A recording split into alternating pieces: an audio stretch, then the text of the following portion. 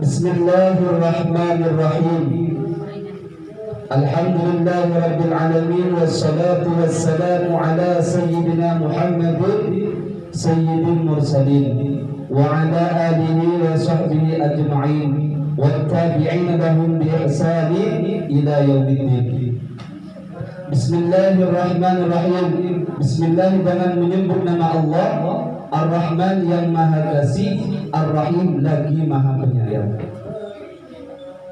Jadi setiap perbuatan, setiap kitab itu pasti diawali dengan Bismillah. Pasti. Kenapa begitu? Karena iktiba'an lil Quran, karena mengikuti Al-Quran.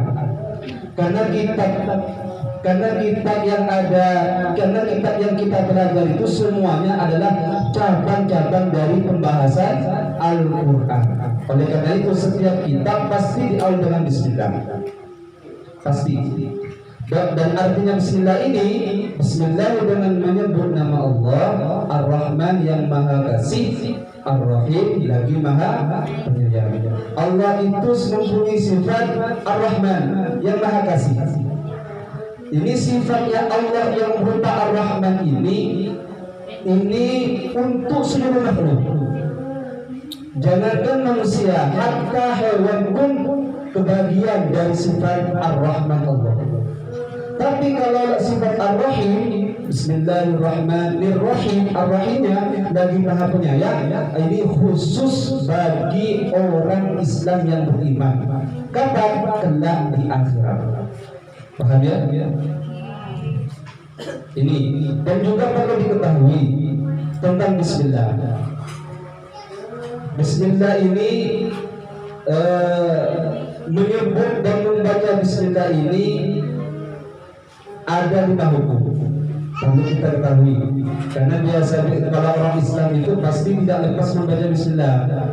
Ya. Dan perlu kita ketahui bahwa hukumnya membaca Bismillah itu ada 5. Yang pertama adalah wajib. Hukumnya membaca Bismillah itu hukumnya wajib.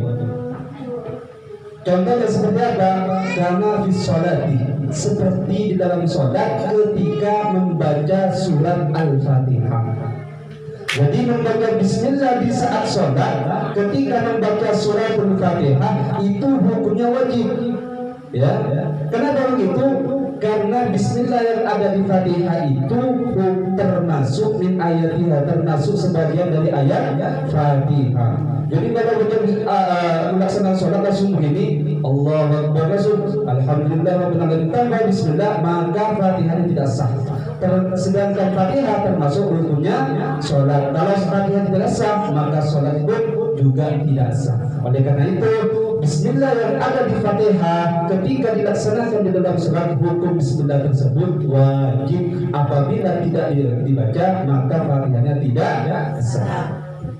Yang kedua, hukumnya Bismillah itu adalah al-istihbab, sunnah. Kata-kata sunnah itu yang lebih baik dilaksanakan. Andaikan tidak dilaksanakan, andaikan tidak dibaca, tidak apa-apa, tak dapat dosa. Tapi lebih baik dibaca kata-kata sunnah. Jadi hukumnya membaca Bismillah itu adalah sunnah. Dan sunnah membaca Bismillah itu ada 2. Yuk perhatikan. Dan membaca Bismillah, membaca sunnah membaca Bismillah itu ada 2. Ada sunnah ain, ada sunnah kifayah. Sama seperti itu, ada fardhu ain, ada fardhu kifayah. Juga sunnah membaca Bismillah itu ada 2. Ada sunnah ain, ada sunnah kifayah. Contoh dari membaca Bismillah yang sunnah ain apa? Kama fil wudu, seperti melaksanakan wudu. Sunnah membaca Bismillah. Bismillahirrahmanirrahim. Nawaitul wudu'a. Mau salat, Bismillahirrahmanirrahim, usolli. Setiap perbuatan baik itu sunnah diawali dengan Bismillah. Itu sunnah ain, perorangan. Ya. Ada sunnah kifayah. Sunnah kifayah itu kama fi akli jamaah, seperti makan berjamaah, makan bersama-sama. Biasanya ini kelakuannya satu pondok, satu talang, terus kemudian makan bersama-sama. Jadi kalau di saat makan bersama itu membaca bismillah itu hukumnya sunnah kifayah. Dalam artian tidak harus membaca semuanya. Ada yang satu membaca, yang lain itu walaupun nggak baca tidak apa-apa. Sudah mewakili. Cuman yang dapat pahala yang membaca, yang lain tidak karena nggak membaca. Lebih baik bagaimana? Dia membaca masing-masing. Cuman hukumnya sunnah kifayah. Dan juga contohnya sunnah kifayah itu seperti kama fi jima'iz zaujain, seperti melaksanakan jima antara suami dan istri. Sunnah membaca bismillah cuma sunnah kifayah, tapi tidak harus semuanya loh. Suami dan istri tidak harus, baik suaminya saja atau istrinya saja. Sunnah hukumnya. Makanya kalau andaikan mau melaksanakan pertandingan, suaminya bertanya sama Dek, apa saya mungkin sudah orang aja deh. Jawab Bu, baca masing-masing aja Mas, supaya hasilnya mantap. Ya, soalnya kalau hanya suami yang baca, istrinya tidak dapat pahala. Tapi kalau istri yang membaca dan suami tidak membaca, maka istrinya yang dapat pahala. Maka oleh karena itu sama-sama membaca. Ini sunnah kifayah. Yang ketiga, hukumnya membaca bismillah itu adalah at-tahrim. Hukumnya haram. Ini perlu kita ketahui. Hukumnya membaca bismillah hukumnya haram. Karena alal muharramid dzati, ketika melaksanakan sesuatu yang haram. Kan zina, seperti zina. Bismillahirrahmanirrahim. Mau zina, maka membaca bismillah itu haram. Zinanya haram, membaca bismillah di saat melakukan zina hukumnya haram. Mau mencuri kates orang, bismillahirrahmanirrahim, hukum ala kates demi Allah, kemudian dibuka demi Allah. Maka bismillahirrahmanirrahim itu haram, karena ngijok kates, ngijok haram itu hukumnya haram. Pokok setiap melakukan sesuatu yang haram diawali dengan bismillah, maka bismillah itu hukumnya haram. Yang keempat, membaca bismillah itu adalah makruh. Hukumnya makruh. Kata-kata makruh itu sebaliknya sunnah, ya. Artinya lebih baik jangan dibaca makruh itu. Andaikan dibaca tidak dapat dosa. Itu makruh. Kapan makruh? Bismillah itu dihukum makruh alal makruh ketika melaksanakan yang makruh. Ketika melaksanakan sesuatu yang setiap melakukan sesuatu yang makruh, maka hukum membaca bismillah itu hukumnya makruh. Yang kelima adalah ibahah itu ya bukan wajib, bukan haram, bukan sunnah, bukan makruh, tapi ibahah. Jika dilaksanakan tak dapat pahala, tapi kalau ditinggalkan tak dapat dosa. Ketika melaksanakan sesuatu yang ibahah juga, artinya perbuatan yang nggak ada kebaikannya di dalamnya, ya. Seperti memindah sesuatu dari tempat yang satu ke tempat yang lain, memindah sesuatu, membaca bismillah itu hukumnya ibahah. Ini hukumnya membaca bismillah. Pada intinya membaca bismillah ini ya dilaksanakan pada setiap mengerjakan sesuatu. Apabila kita setiap melaksanakan sesuatu, melaksanakan perbuatan, maka awali perbuatan itu dengan membaca bismillah. Kenapa begitu? Karena setiap kelakuan yang diawali dengan bismillah pasti hasil itu barokah. Pasti. Rasulullah bersabda dalam satu hadisnya,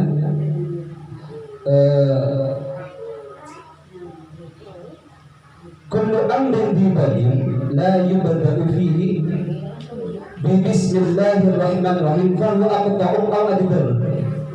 Ini kata Rasulullah, setiap perbuatan baik yang tidak diawali dengan bismillahirrahmanirrahim fa huwa aqta', maka putus au adbar atau cacat. Dalam artian cacat itu qalilun barakah, sedikit barokahnya. Jadi kalau perbuatan tidak diawali dengan bismillah, maka perbuatan itu barokahnya tidak ada. Walaupun ada itu sedikit. Ini perhatikan Bu. Oleh karena itu, kenapa barokah? Kenapa perbuatan yang tidak diawali dengan Bismillah itu kok bisa jadi nggak barokah? Walaupun barokah itu sedikit ya, karena setiap perbuatan manusia itu pasti disertai dengan syaitan. Syaitan itu oleh Allah memang dari dulu itu diberi peluang untuk menyertai manusia. Setiap manusia melakukan apa saja pasti di situ ada syaitan. Pasti. Cuman syaitannya nggak kelihatan. Alhamdulillah, andaikan kelihatan, nggak ada bedanya. Jadi setiap melakukan perbuatan pasti di situ ada setan. Kita mau makan, di dekat kita ada setan. Kita minum, setan juga minum. Kita naik kendaraan, setan ikut kendaraan juga. Kita masuk rumah, setan juga masuk rumah. Kalian tidur sama istrinya, tidur sama suaminya, setan tidur juga. Nah sekarang apabila ada Bismillah, ada Bismillahirrahmanirrahim, setan itu diam. Diperhatikan. Ketika ada Bismillahirrahmanirrahim, ada sebutan Bismillahirrahmanirrahim, setan itu diam. Kita makan pada Bismillahirrahmanirrahim, setan itu lari, tidak ikut makan. Kita minum pada Bismillah, setan tidak ikut minum. Kita naik kendaraan dengan pada Bismillah, setan tidak ikut. Kalian tidur bersama suaminya atau tidur dengan istrinya, setan tidak ikut tidur. Nah kalau selalu disertai dengan Bismillah, maka tidak ada setannya, berarti hasilnya itu pasti barokah. Karena tidak kecampuran dengan syaitan. Makanya diceritakan ada satu cerita tentang Bismillah ini. Ada satu kisah, ada dua setan yang dapat tugas dari komandannya. Dua setan ini panggil sama komandan, setan, syaitani, dan setan kesini. Dua setan ini dapat tugas dari komandannya. Setan, kamu pergi menggoda si orang itu, si fulan itu. Kamu pergi si A di situ, dan kamu pergi ke si B di situ. Disuruh menggoda. Akhirnya kedua-duanya berangkat, mempunyai rencana yang bagus, mempunyai rencana yang sangat jahat. Akhirnya keduanya berangkat berpisah. Ternyata ketika mereka itu setan yang dua itu kembali lagi, akhirnya berjumpa menghadap kepada komandannya. Setan yang datang ke si A itu ketika nyampe ke depan lagi kurus pucat, nggak ada kekuatan, kurus dan pucat. Setan yang satunya yang datang ke si B itu gemuk, nambah badannya, nambah gemuk, tambah gede. Ditanya oleh komandan juga, kamu kok kurus sekarang? Berangkat dari sini gemuk kok kurus sekarang? Aduh komandan, kalau saya datang ke si A itu langsung komandan. Setiap dia itu makan, dia punya Bismillah, saya tidak makan. Mulai dari berangkat sampai ke sini tidak makan. Oleh karena itu saya kurus. Dia minum dengan Bismillah, saya tidak ikut minum. Dia naik kendaraan, saya mengucap Bismillah, saya lari, ada rara. Dia tidur, saya mestinya bahwa saya tidak kebahagiaan istrinya komandan, karena mengucap Bismillah. Akhirnya saya urus. Dia masuk rumah mengucap Bismillah, saya cuma di luar komandan, karena mengucap Bismillah. Oleh karena itu saya ingin urus komandan, puncak. Yang satunya gemuk, ditanya juga yang gemuk, kamu kok gemuk? Berangkat dari sini biasa-biasa aja, kok sekarang kamu mau sehat? Oh kalau saya orang yang digoda itu ternyata lebih sehat dari saya. Sebelum digoda sudah bermaksiat. Dia makan nggak baca Bismillah, saya ikut makan. Dia minum, saya ikut minum. Dia naik kendaraan nggak baca Bismillah, saya naik juga mungkin di belakangnya. Dia masuk rumah, saya ikut masuk rumah karena dia tidak membaca Bismillah. Dia tidur sama keluarganya, tidak baca Bismillah, saya tidur juga, enak juga. Makanya anaknya kalau hasil itu anaknya bin bapak dan bin syaitan ini. Bapak dan gue berarti. Makanya hati-hati ya. Nah akhirnya syaitan yang kedua ini gemuk. Oleh karena itu komandan saya ini gemuk. Oleh karena maksudnya apa ini Bu?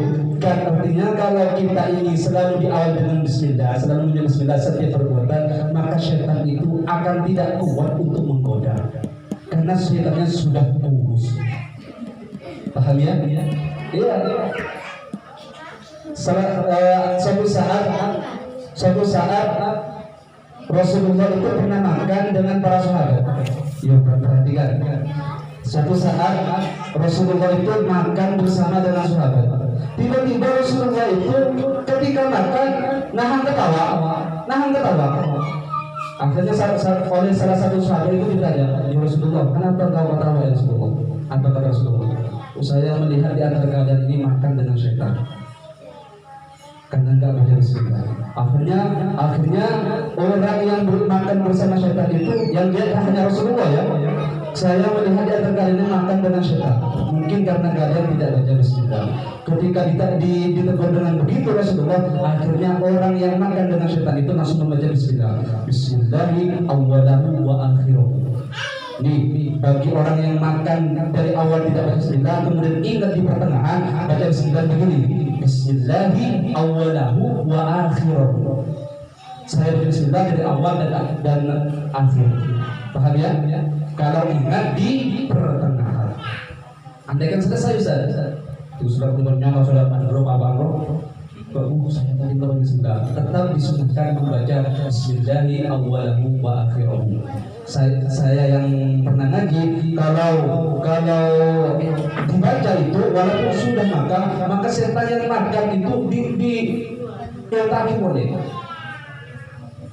keluar boleh. Ini kan saking pentingnya supaya kita ini tidak selalu disertai dengan setan, maka selalu membaca Bismillahirrahmanirrahim. Waqaluha bismillah cukup. Jadi kalau kita membaca bismillah sudah dapat pahala itu. Cuman yang lebih sempurna itu apa? Bismillahirrahmanirrahim. Dan juga keutamaan bismillah ini ya perlu ketahui, walaupun bismillah kita pelajari. Apabila bismillah ini dibaca pada setiap perbuatan, setiap melakukan apa saja dilakukan, dibaca terus, maka orang yang membaca itu akan mendapatkan keutamaan, akan mendapatkan kelebihan yang tidak dimiliki orang lain kalau selalu disertai dengan bismillah. Kenapa saya mengatakan begitu? Saya mengambil dari satu cerita. Cerita ini saya ngambil dari kitab Uqdatul Jin tentang suami istri. Pernah saya ngaji Uqdatul Jin, di situ ada cerita begini. Ada seorang perempuan, ada seorang perempuan solehah. Kenapa dikatakan solehah? Karena taat kepada Allah dan juga taat kepada suaminya. Itu bisa dikatakan solehah. Kalau cuma taat kepada Allah tapi ke suaminya tidak taat, itu bukan solehah, tapi tolihah. Tolihah itu apa? Kebalikannya solehah. Kalau solehah perempuan yang baik, kalau tolihah perempuan yang jahat. Sama dengan laki-laki. Kalau laki-laki yang baik, laki-laki yang soleh. Kalau laki-laki yang jahat, itu laki-laki yang tolih. Si perempuan solehah itu hebat.